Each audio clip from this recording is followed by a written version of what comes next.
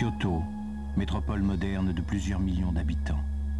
Des immeubles et des centres d'affaires montent à l'assaut des collines boisées entourant la ville, où se dressent des monastères ayant assuré pendant des siècles le rayonnement culturel de la cité. La tradition de sérénité semble avoir disparu dans le vacarme du trafic urbain. Et pourtant Kyoto demeure le haut lieu culturel et spirituel du Japon.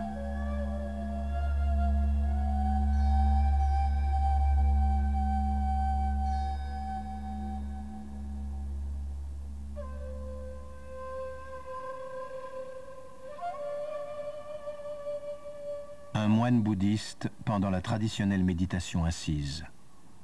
Kyoto et sa région ont fait du bouddhisme la principale force religieuse du Japon. Différentes tendances s'expriment dans les écoles du Tendai, du Rinzai, du Shingon et de l'amidisme.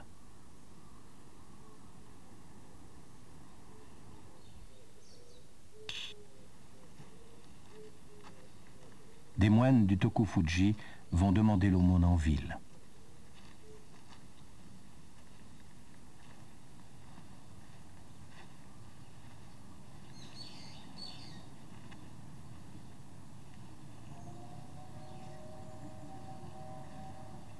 La voie bouddhique du zen porte essentiellement sur les actes de la vie quotidienne.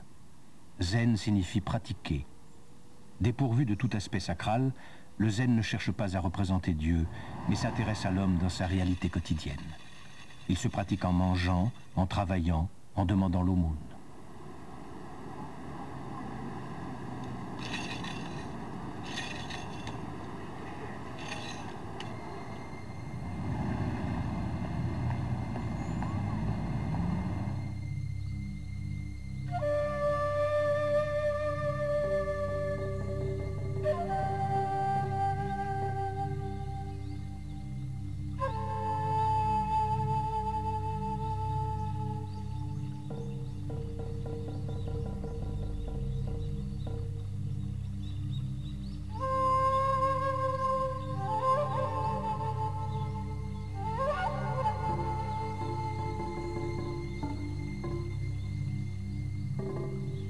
La spiritualité et la culture zen constituent un cadeau inestimable du Japon à l'humanité.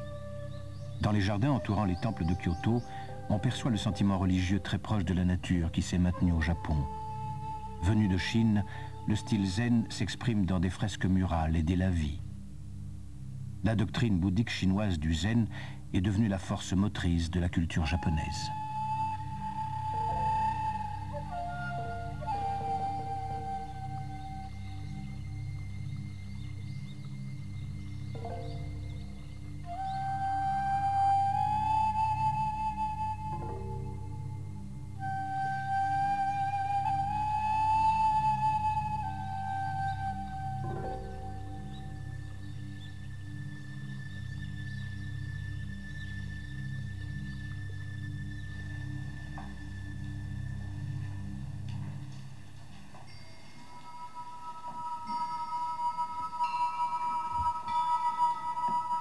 Cérémonie shinto dans un sanctuaire.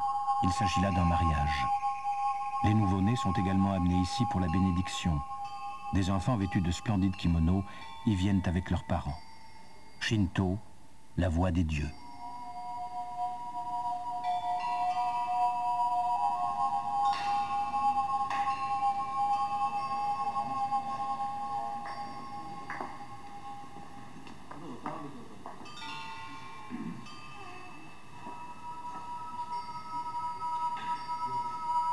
À Kyoto, l'animisme, culte primitif des esprits naturels, le chamanisme, le shintoïsme et les différentes écoles bouddhiques sont toujours vivants. Mais le shintoïsme est resté un phénomène purement japonais, tandis que le zen a trouvé de plus en plus d'adeptes hors du Japon.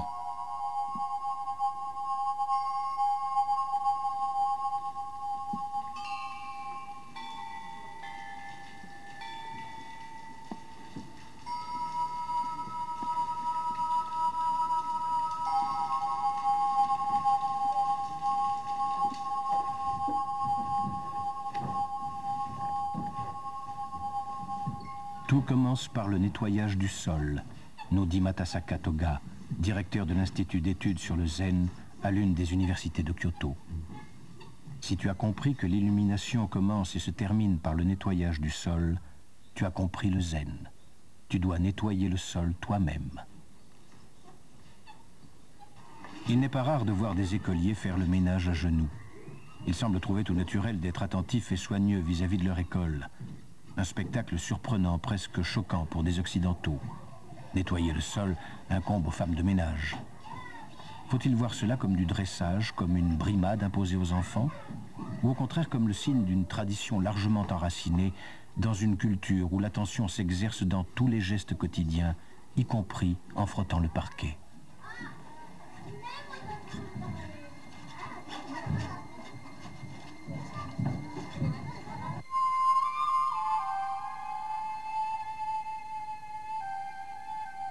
L'aspect actuel de Kyoto reste marqué par le plan originel de la ville. Les rues sont orientées vers le palais impérial. Les centres religieux situés en ville et sur les collines boisées ceinturant Kyoto à l'ouest, au nord et à l'est témoignent de l'importance passée et actuelle des institutions religieuses, représentées par plusieurs milliers de temples. Les traditions bouddhiques principalement et la culture zen ont connu ici un développement inégalé. Au début du IXe siècle déjà, un moine chinois connu au Japon sous le nom de Giku prononçait des sermons dans la ville de Heian-Kyo, l'actuelle Kyoto.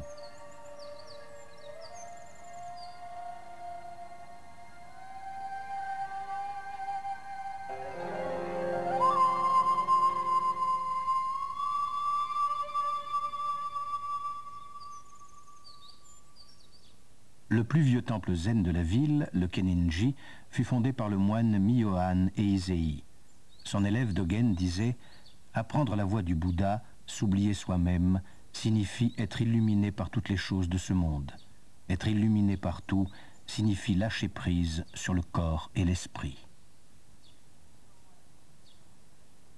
Le célèbre monastère Enryakuji est le siège de la secte du Tendai. Eisei, fondateur de l'école japonaise du bouddhisme méditatif, reçut ici son éducation. Puis il se rendit en Chine et revint au Japon en 1191 comme maître de l'école zen du Rinzai. Au même titre que le bouddhisme et la doctrine primitive du zen, le tracé de la nouvelle capitale Kyoto fut copié sur un modèle chinois, le plan en damier de Chang'an, capitale de la dynastie des Tang. Les traditions, les écoles et la culture bouddhique se sont développées dans 3 grands centres. Le Myoshinji, véritable ville entourée de murailles comprenant de nombreux temples. Le Daikotuji, à l'ouest de Kyoto, et l'Enryakuji, situé au nord-est, au pied du mont Hiei.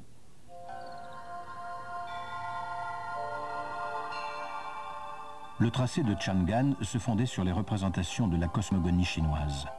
Transposées au niveau religieux, ces représentations donnent un mandala, un diagramme mystique symbolisant à la fois l'ordre cosmique extérieur et l'ordre spirituel intérieur. Chang'an et Kyoto sont des villes mandala. Kyoto est un lieu d'inspiration religieuse. Ces différentes parties, semblables aux éléments d'une map monde disposée autour d'un centre, présentent une signification universelle.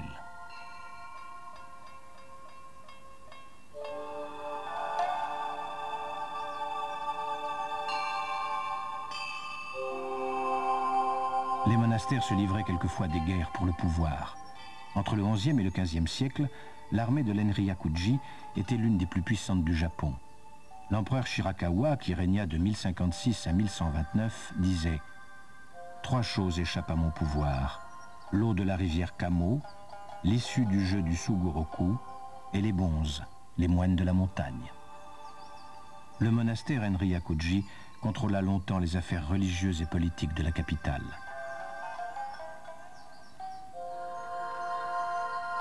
Les religieux bouddhistes dominaient donc Kyoto. Leurs monastères encerclant la ville devinrent des institutions puissantes, échappant à son contrôle.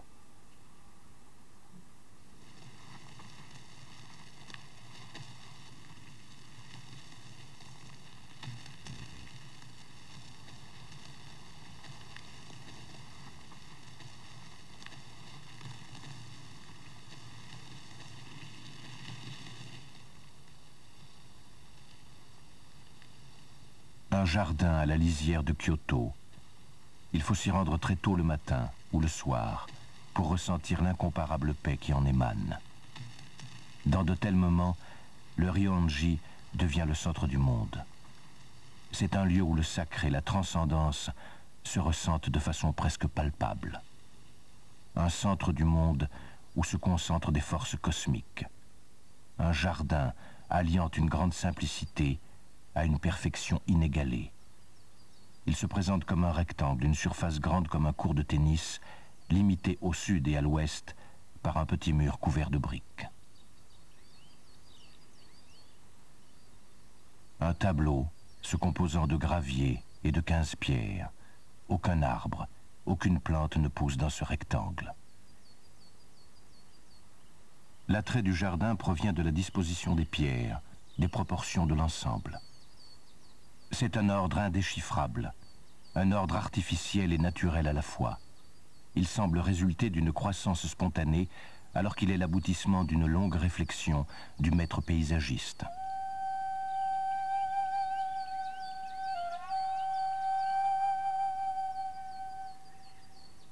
Les pierres sont disposées de gauche à droite en 5 groupes, suivant le schéma 5, 2, 3, 2, 3.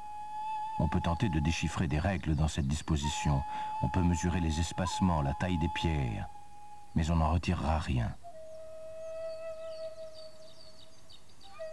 Le secret de ce jardin, le plus représentatif de l'influence du bouddhisme zen, véritable joyau d'art zen, émeut le spectateur et l'apaise en même temps.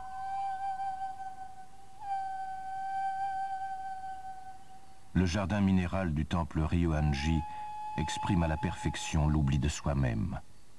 Contrairement à la culture occidentale qui exalte l'individu, l'art zen vise à l'abandon complet du moi.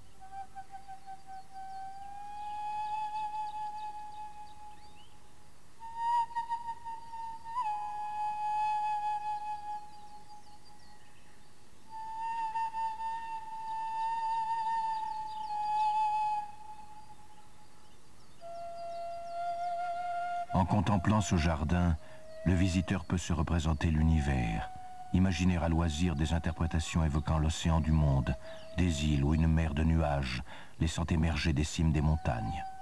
Mais chaque interprétation reste en deçà de l'impression directe, de l'effet produit par l'harmonie inimitable entre l'espace vide et la disposition des pierres.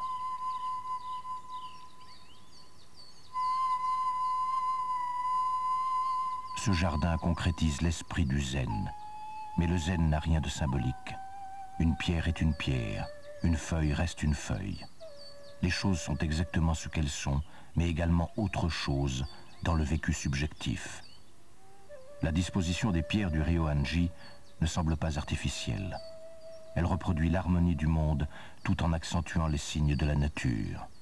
Le rythme de la composition se déploie sur le fond de la surface vide. Depuis le XVe siècle, ce jardin est considéré comme une clé donnant accès au secret de l'art zen japonais. Mais ce n'est qu'au XXe siècle qu'il est devenu mondialement célèbre. Comme d'autres œuvres d'art, il illustre le principe de l'attention. Attention par la précision, la concentration, la pratique répétée. L'apprentissage et la pratique de ce principe sont primordiaux.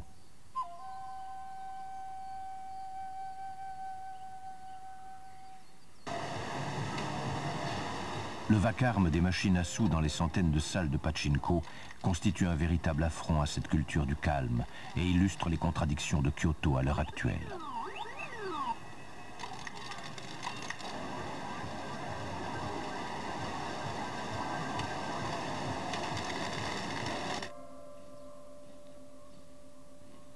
Le temple de Tofukuji.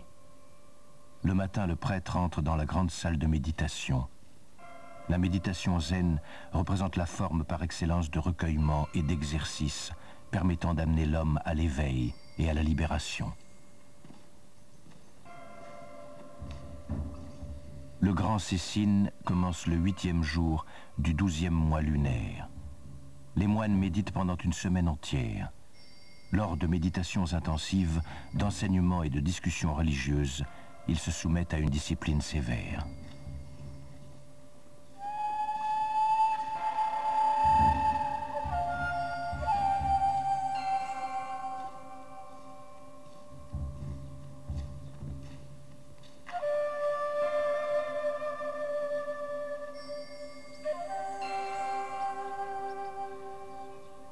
La méditation rappelle l'illumination de Shakyamuni, dit le Bouddha. Après être resté assis 7 jours sous un figuier dans une profonde méditation, il vit l'étoile du matin au 7e jour et accéda à l'éveil. Bien comme le Bouddha avait trouvé par ses propres efforts le moyen de se libérer de la souffrance.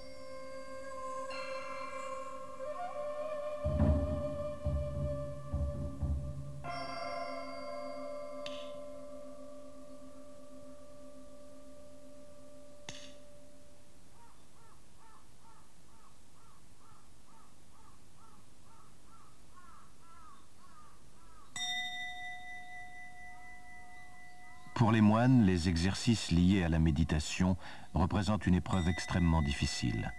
Il s'impose des contraintes corporelles très dures pour reconnaître avec le Bouddha que la souffrance provient de notre refus d'accepter le caractère éphémère de ce monde.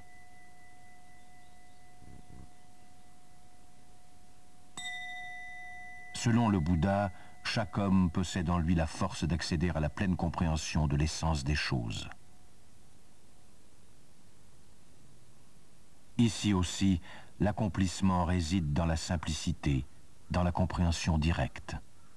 À l'origine de tout, la simplicité est également le résultat d'un long processus aboutissant à la perfection, à la suppression de tout ce qui est accessoire.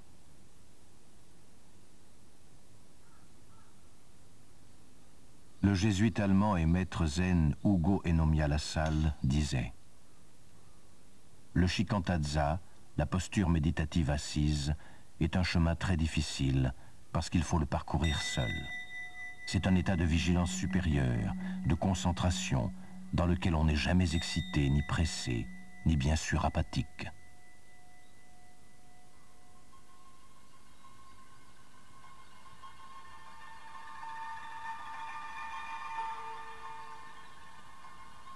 Les jardins, paysages, arrangements artificiels de la nature sont une caractéristique essentielle de la culture japonaise. Les jardins aussi expriment cet esprit de simplicité, un sens aigu de l'harmonie stylisée à l'extrême. Pas de couleurs vives. Des pierres, de l'eau, des arbres, des buissons rapprochent l'homme de la nature, qui devient familière tout en gardant son mystère.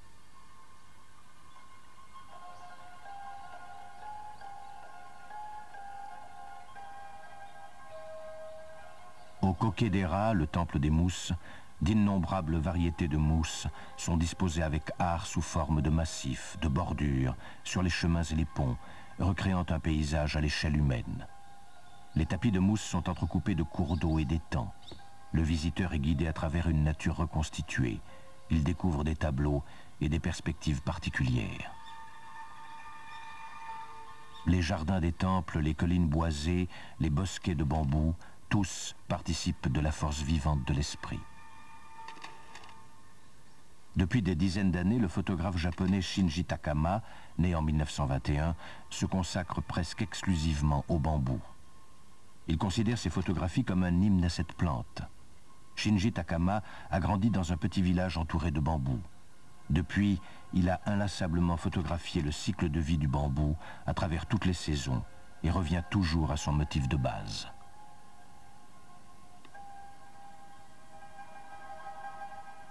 Dans l'iconographie et la littérature, le bambou apparaît comme le symbole de l'âme japonaise.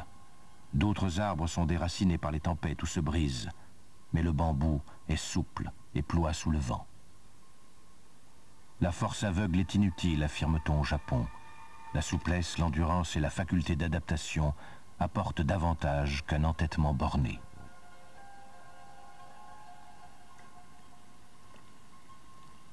On a souvent interprété à tort le rapport des Japonais à la nature comme un désir de s'identifier à elle, comme une forme de panthéisme. En fait, le zen conçoit la nature comme un tout vivant, à la fois mouvement incessant et calme total. Tout est imbriqué. Le célèbre écrivain japonais Daisetsu Suzuki, mort en 1966 à l'âge de 95 ans, a déclaré un jour que « transparence » était le mot-clé pour comprendre la façon zen de voir la nature.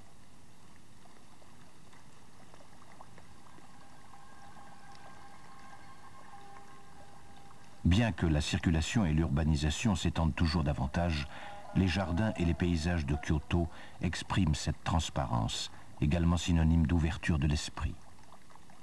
La nature n'est pas conçue comme un cadre calme et immobile. Il ne faut pas chercher le calme en elle. Selon Suzuki, rechercher uniquement le calme équivaut à tuer la nature, à arrêter son mouvement vivant pour ne plus tenir qu'un corps mort entre les bras. Les poèmes japonais sur la nature ne sont donc pas romantiques. Ils s'adressent directement aux pins, aux fleurs, aux animaux, au bruit de la nature, aux saisons. Dans ce portrait du prêtre Mioe, le moine Tendai fait partie intégrante de la nature. Les poèmes courts ou haïkus ont fait connaître au monde entier cette philosophie fondée sur la proximité avec la nature, l'attention, la communion avec le monde.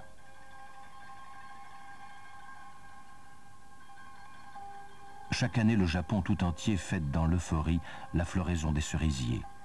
En automne, les variations en rouge et jaune des érables suscitent un plaisir toujours renouvelé. Au cours de son fameux périple vers les régions lointaines du Nord, le poète zen Matsuo Basho s'arrêta dans le grand monastère de Nikko.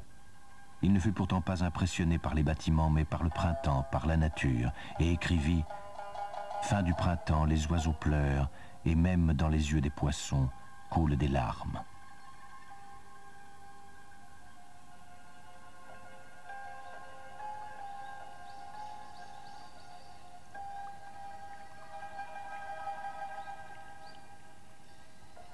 Un minuscule poème de Jozo, qui vécut au XVIIe siècle, a capté, comme l'écrit Daisetsu Suzuki, le mystère de l'existence, de la vie. Sous l'eau, reposant sur la pierre, des feuilles mortes. Il s'agit d'une observation toute simple. Le poète les voit reposer calmement, comme si elles avaient trouvé leur place définitive. Il n'évoque rien d'autre, n'établit pas de correspondance. Le poème exprime uniquement le calme lié au repos.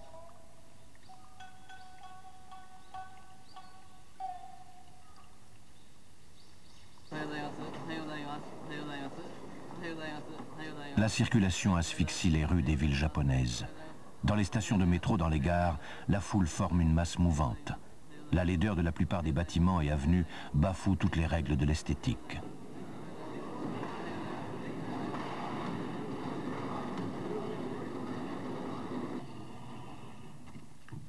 Mais quelquefois, le vieux Japon ressurgit à quelques pas seulement de l'artère principale.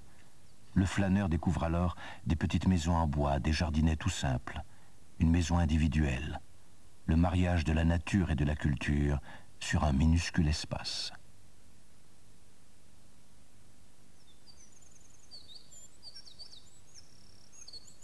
Le jardin est le lieu où l'on peut observer et vivre les transformations de la nature au cours des 4 saisons.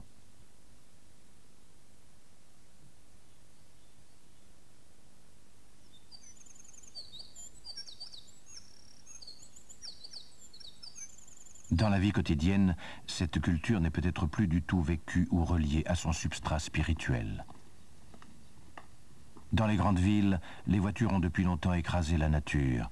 Dans des quartiers entiers, des milliers de boutiques vendent uniquement de l'électronique. Et aujourd'hui, la réalité virtuelle commence à évincer la réalité tout court. Mais au détour d'une rue, un petit restaurant, avec un minuscule jardin, de la mousse, des arbrisseaux, de l'eau, des pierres, des éléments du domaine naturel, peut-être seulement un vague souvenir pour certains, apprécié pourtant et soigneusement entretenu. Beaucoup de Japonais, fins connaisseurs de la culture, qualifient ces jardins de kitsch et les considèrent comme une mauvaise imitation de la tradition. Mais pour quelques instants, parfois, l'harmonie entre l'homme et la nature est rétablie.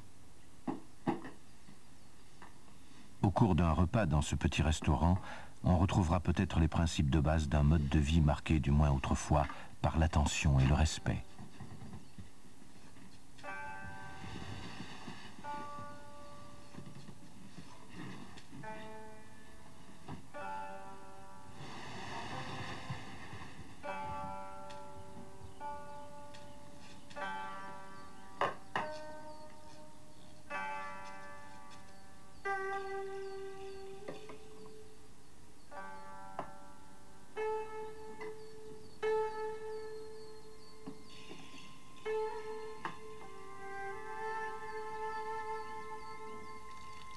Ce jardin de thé, alliant naturel et simplicité, a été conçu dans l'esprit du zen. Il est très important que le jardin et le pavillon de thé présentent une apparence très dépouillée. Les dalles, de vieilles lanternes de pierre couvertes de mousse, un bassin et le pavillon de thé, un petit bâtiment en bois couvert de chaume, forment le cadre du sado, de la voie du thé. La voie du thé élève la consommation du thé au rang d'art. C'est la stylisation raffinée d'un geste quotidien. Le thé éveille et calme l'esprit et le corps sans les intoxiquer.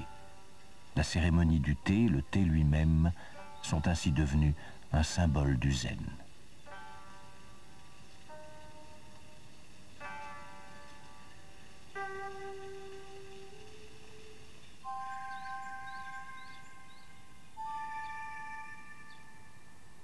Dans une partie de l'ensemble religieux du Daitokuji, on trouve le Shinju-han, temple annexe fondé par le célèbre maître zen Ikkyu Sojun.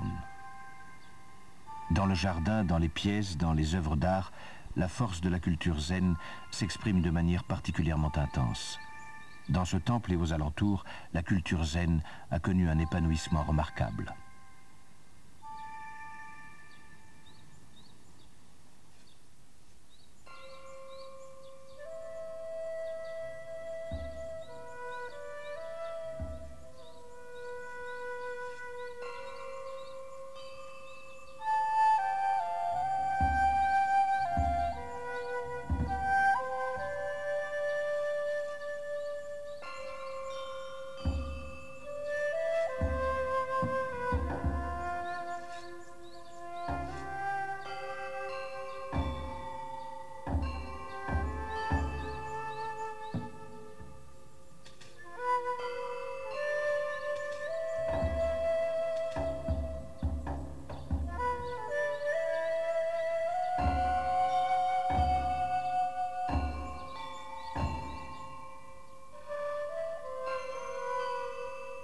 Il existe de nombreuses anecdotes sur le moine zen Ikkyu.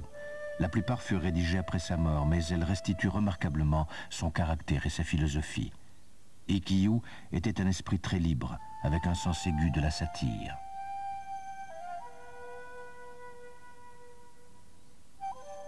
On raconte que son maître de zen lui avait remis un document attestant qu'il avait atteint l'éveil, mais Ikkyu le refusa et le brûla plus tard devant des témoins. Pour lui, l'important était de pratiquer l'éveil et non d'en posséder une attestation écrite. Il ne faut pas imaginer la culture zen, née et perpétuée à Kyoto, comme une ascèse détournée du monde. De nombreuses illustrations montrent des moines en train de rire et de s'amuser. C'est ici, au Shinju-han, que sont tissés les liens entre Ikkyu et Juko, fondateur de la cérémonie du thé. En étudiant le zen sous la direction d'Ikkyu, Juko s'était imprégné de l'essence du zen, de l'idée selon laquelle la philosophie bouddhique, et donc l'éveil, était liée aux actions de la vie quotidienne. L'ayant compris, Juko instaura la voie du thé, qui prescrivait de boire le thé dans des maisonnettes toutes simples.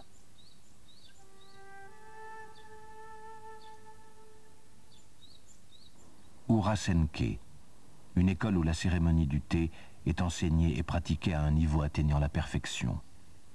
Aujourd'hui, Urasenke possède des établissements dans le monde entier. Dans son petit jardin et son pavillon de thé, l'institution à Kyoto perpétue cet art dans son authenticité et avec tous ses raffinements. Strictement codifiés, les gestes et le comportement rituel relèvent presque d'un certain maniérisme.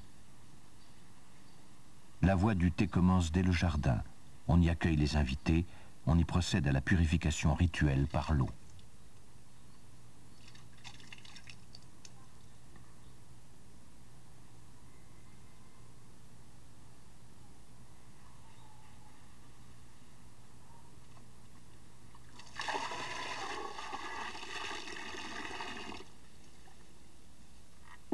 Senno Rikyu, qui vécut de 1521 à 1591 et succéda à Juko, perfectionna la cérémonie du thé.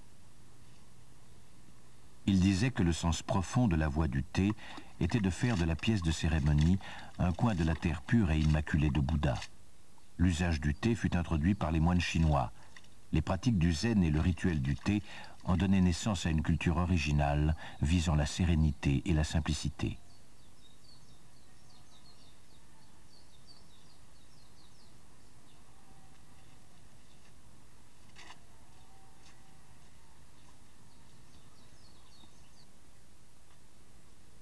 Les invités se baissent pour entrer dans la pièce par une minuscule ouverture. L'aspect de la pièce, la disposition des cloisons, le mobilier, tout ici confère une portée spirituelle et sacrée à l'aspect esthétique. Le sens profond des choses prend une dimension concrète dans les gestes et les attitudes. Dans un poème sur cette pièce de la cérémonie du thé, il est dit « Bien qu'elle soit très petite, elle est assez grande pour moi et pour Amida. »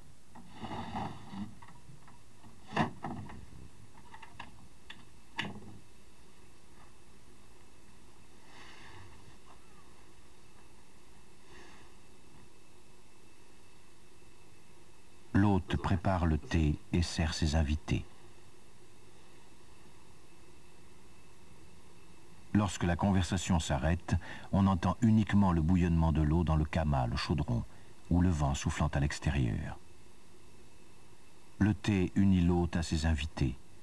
Une fusion s'opère entre l'hôte en train de préparer le thé, les invités qui le regardent, le souffle du vent et la profonde paix, la sérénité qui emplit la petite pièce à l'éclairage tamisé.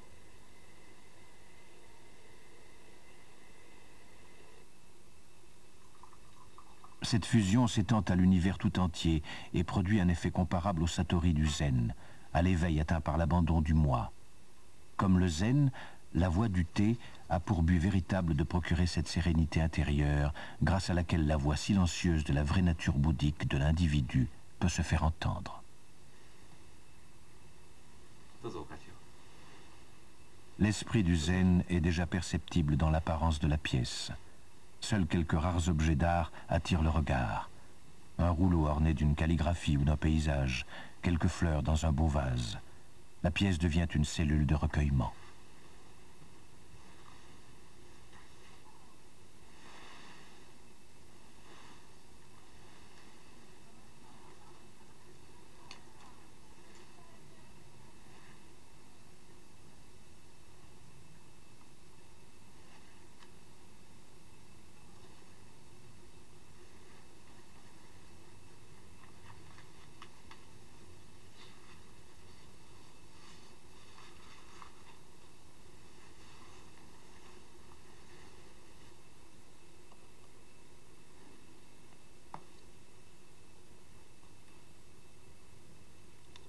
Les mouvements stylisés et les étapes scrupuleusement respectées de la cérémonie forment une harmonie hautement esthétique, laissant entrevoir la beauté de la terre pure, du paradis.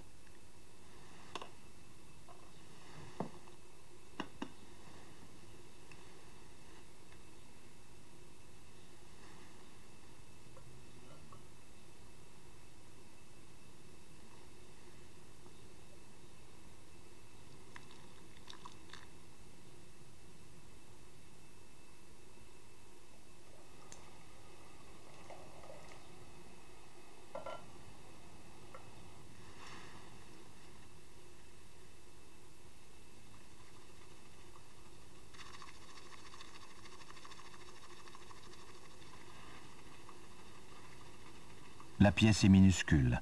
Elle peut contenir 4 tatamis et demi, correspondant à 9 mètres carrés. Certaines pièces conçues pour accueillir 2 nattes mesurent seulement 4 mètres carrés. La pénombre aide l'esprit à se tourner vers l'intérieur, à se recueillir. Le mobilier aussi est plutôt sommaire. La simplicité et la sérénité dominent tout. Une sérénité dans laquelle le bruit de l'eau bouillante prend toute sa dimension.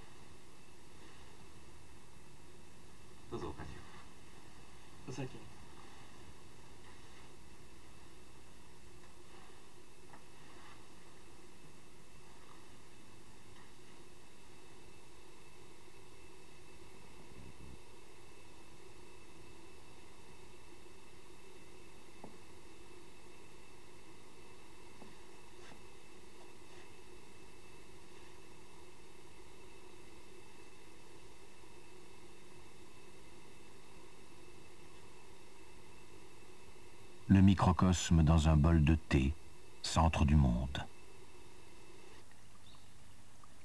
Les principes de l'architecture du thé s'expriment également dans l'architecture de la villa impériale à Kyoto. Les murs de cette construction unique, l'ordonnance des surfaces, le dégradé de couleurs, tout contribue à constituer un ensemble d'une beauté inégalable et inégalée.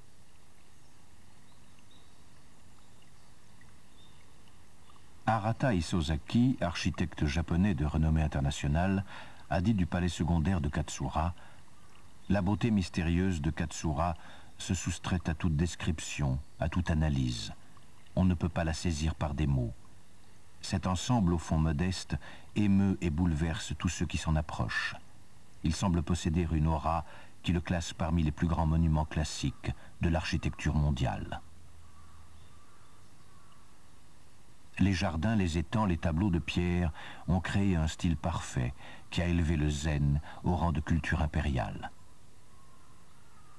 À Versailles, des rois de France ont marqué leur puissance par un imposant palais. Mais au Japon, un prince impérial fit construire sa résidence secondaire et son jardin pour y vivre au contact de la nature, boire du thé, observer la lune et écrire des poèmes.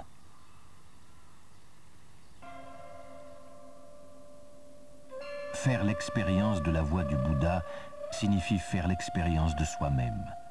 Mais faire l'expérience de soi-même signifie s'oublier soi-même. S'oublier soi-même veut dire prendre conscience de soi dans tout ce qui nous entoure. Dogen dit: lorsque des personnes atteignent l'éveil, il en va comme de la lune se reflétant dans l'eau.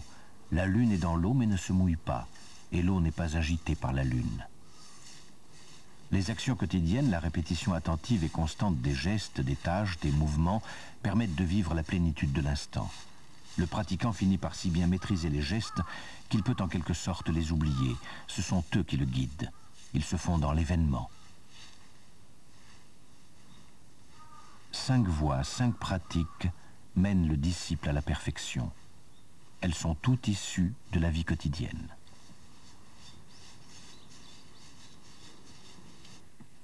À côté de la voie du thé, le sado ou shado, il y a la voie de l'écriture ou shodo, c'est-à-dire l'art d'exécuter en quelques secondes l'idéogramme complet, de le coucher sur papier au pinceau.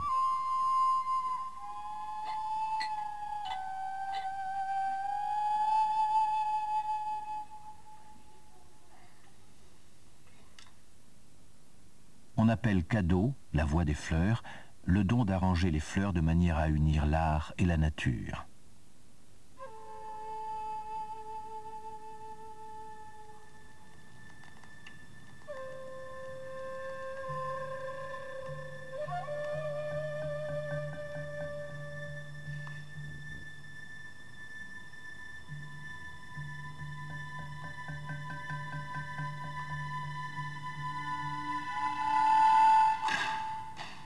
Et il y a la voie de l'arc, le kyudo, ou l'art d'atteindre la cible, pour ainsi dire, les yeux fermés.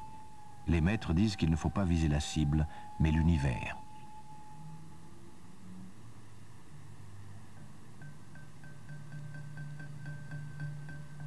L'expérience de la voie est un défi existentiel.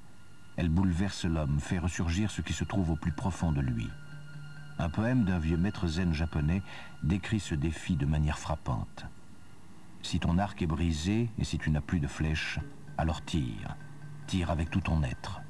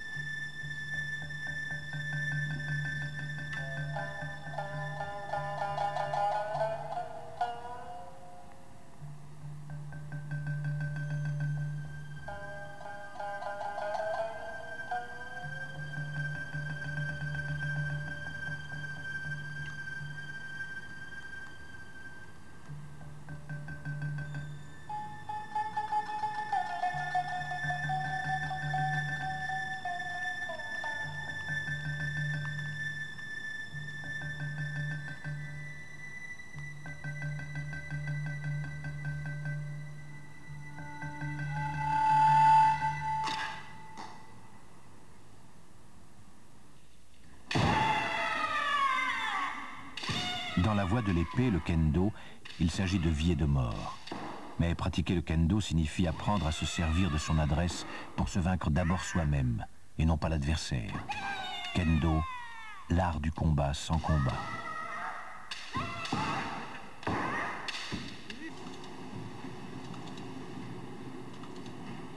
Dans toute activité, l'essentiel est de se consacrer entièrement à ce que l'on fait.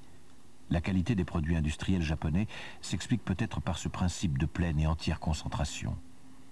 Un disciple demande à son maître « Pratiques-tu la vérité de façon continue ?»« Oui. »« Comment fais-tu ?»« Je mange quand j'ai faim, je dors quand je suis fatigué. »« Tout le monde fait cela. »« Non, la plupart des gens ne mangent pas lorsqu'ils mangent, mais réfléchissent à toutes sortes de choses. » Le message du zen surgit comme un éclair à travers des paradoxes. Attraper un poisson avec une calebasse en est un exemple. Il est impossible d'attraper un poisson avec une calebasse. Mais c'est justement à de tels problèmes insolubles que le maître confronte son élève pour le conduire à un mode de pensée où les contradictions sont abolies. On rencontre partout des personnes entièrement renfermées sur elles-mêmes.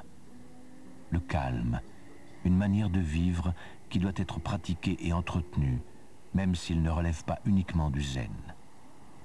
L'un des poèmes les plus célèbres de Matsuo Basho l'exprime bien. Le vieil étang, une grenouille plonge, un bruit dans l'eau.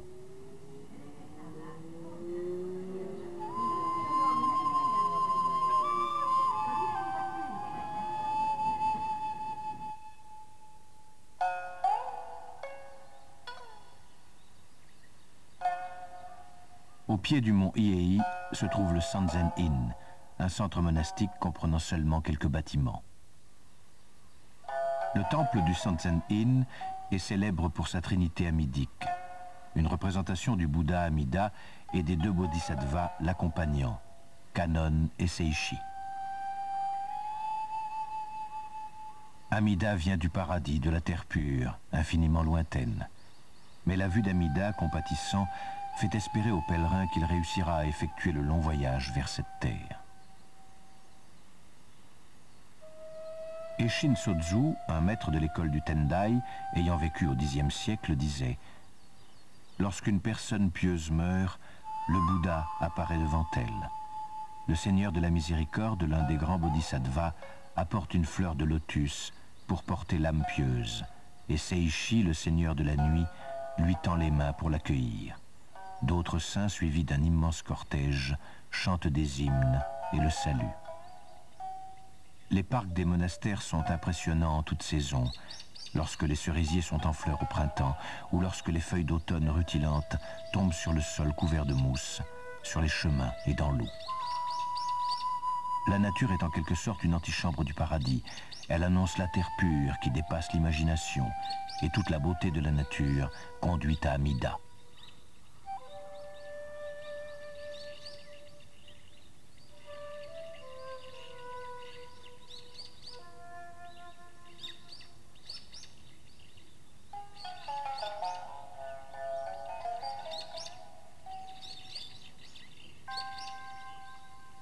Le temple du pavillon d'argent, le Ginkakuji, est entouré d'un jardin composé de pierres et de pièces d'eau.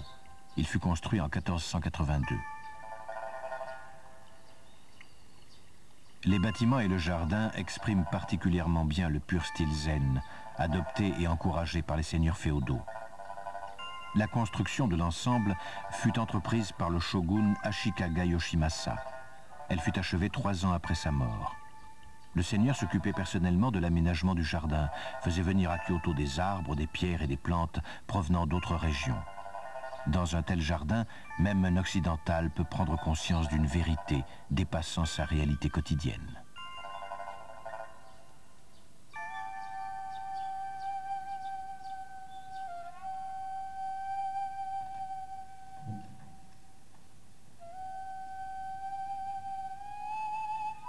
Le Honen-in, temple principal de l'école Jodo. Devant l'effigie d'Amida, le sol verni. Et sur le sol, 25 fleurs représentant les 25 élus, ou Bosatsu, un arrangement de fleurs quotidiennement renouvelé. La secte bouddhique de la terre pure, Jodoshu, créée au début du XIIIe siècle et baptisée d'après le fondateur de la secte, Onen Shonin.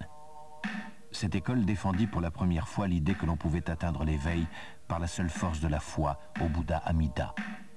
Qu'il suffisait d'invoquer son nom par la formule Namu Amida Butsu, sauve-nous Bouddha Amida. Le soir, le maître et les moines exécutent le rituel de prière quotidien devant la statue d'Amida dans le Hondo.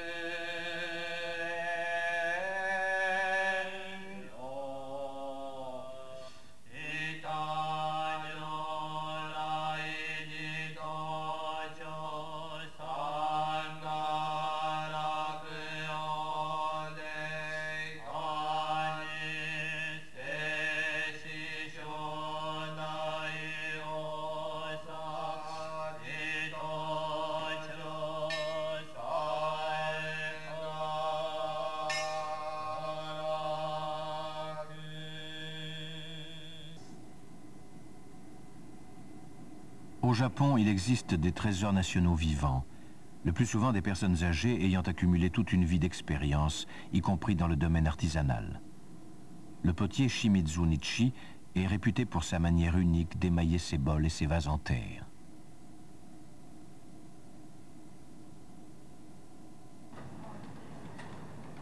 Dans les grands magasins japonais, on peut acheter de la céramique utilitaire, mais aussi des pièces d'une grande valeur artistique.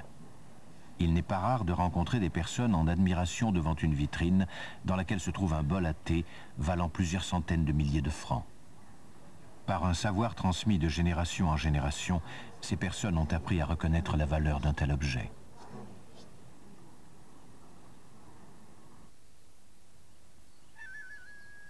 Vue sur le mont Hiei à partir du temple Ensuji. Parfaite illustration du style du paysage adopté. Le jardin intègre le paysage, mais bientôt, une urbanisation systématique gommera tout simplement cette vue préservée pendant des siècles.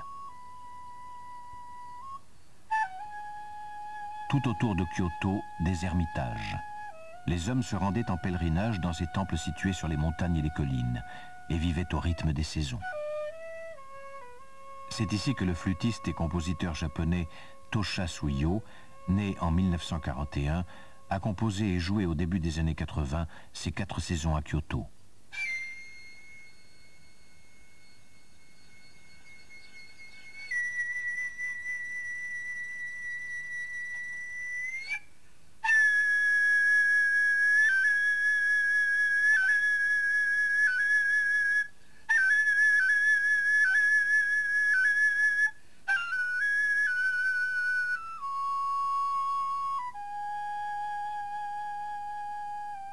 Tosha Suyo a étudié la musique traditionnelle japonaise et remporté de nombreux prix. L'itinéraire qui l'a conduit vers les paysages et les temples de Kyoto était une voie vers la spiritualité japonaise. Il s'explique. Lorsque je me rendais dans un de ces lieux, avec une mélodie précise et une idée précise dans la tête, et que j'y jouais le morceau composé, quelque chose n'allait pas. J'abandonnais la première mélodie et jouais ce qui me venait spontanément. Là seulement, j'obtenais un son vivant. J'ai accompli un grand pas lorsque j'ai compris que non seulement la musique, mais également ma propre vie devait communier avec la nature, devenir partie intégrante de la nature. L'Enryaku-ji est le temple principal de la secte Tendai. Il fut créé au début du IXe siècle comme temple rempart au nord-est de Kyoto.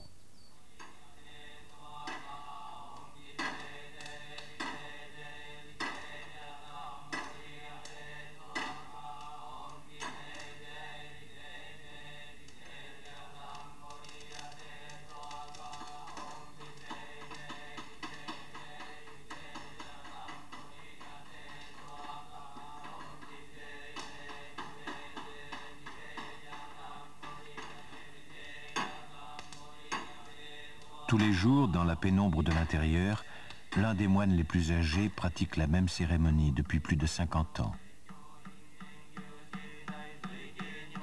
Il brûle des baguettes de bois en récitant des prières devant l'image de Bouddha. Il fait ainsi s'élever les vœux et les prières des fidèles engagés sur la voie du Bouddha.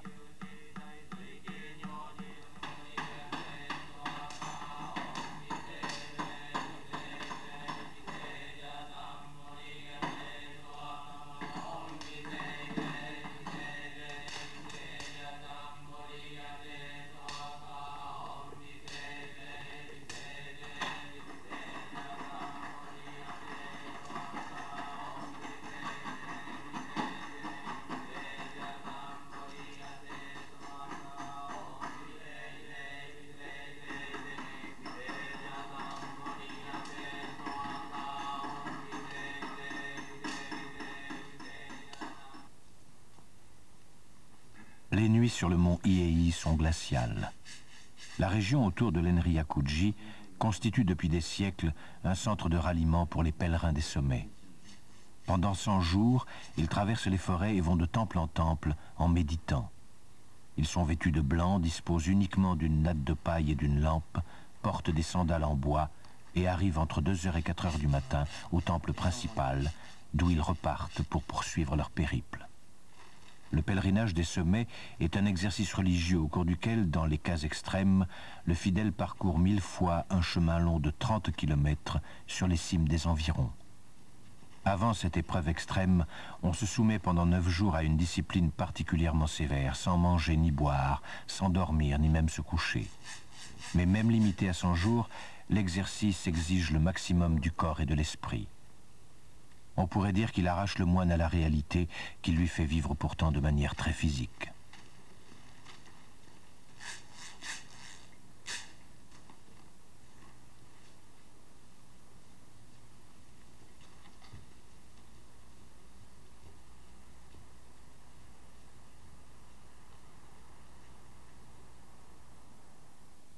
Selon la doctrine bouddhique de la terre pure, des Bouddhas mythiques règnent sur un pays idéal. Amida à l'ouest et Yakushi à l'est. Amida est devenu le sauveur capable de conduire tout le monde au paradis, une figure centrale du bouddhisme ésotérique, n'exigeant pas la pratique d'exercices particuliers. Le Byodo-in à Uji, un petit lieu au sud de Kyoto, en représente un exemple. Le soir est tombé sur le jardin et l'étang. Les foules venues visiter le sanctuaire pendant la journée s'en sont allées.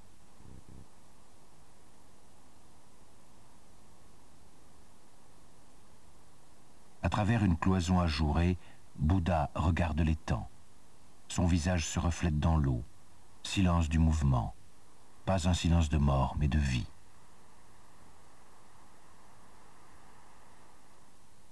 Ne pas craindre la mort fait partie de la culture orientale de la tranquillité. Dans le bouddhisme, la fugacité et la mort ne sont pas considérés comme des phénomènes destructeurs, menaçant le sens de notre existence. Ce sont tout simplement des faits naturels. Les arbres, les plantes, les fleurs, les animaux grandissent. Doucement, presque imperceptiblement, ils disparaissent à nouveau. Vieillir, c'est prendre le chemin de l'accomplissement. Être vieux, c'est avoir atteint la maturité. La mort n'a pas l'aspect terrifiant qu'elle revêt dans les cultures occidentales. La mort est le couronnement de la vie. Pourquoi alors serait-elle terrifiante ? Par elle, nous entrons tout simplement dans un autre état.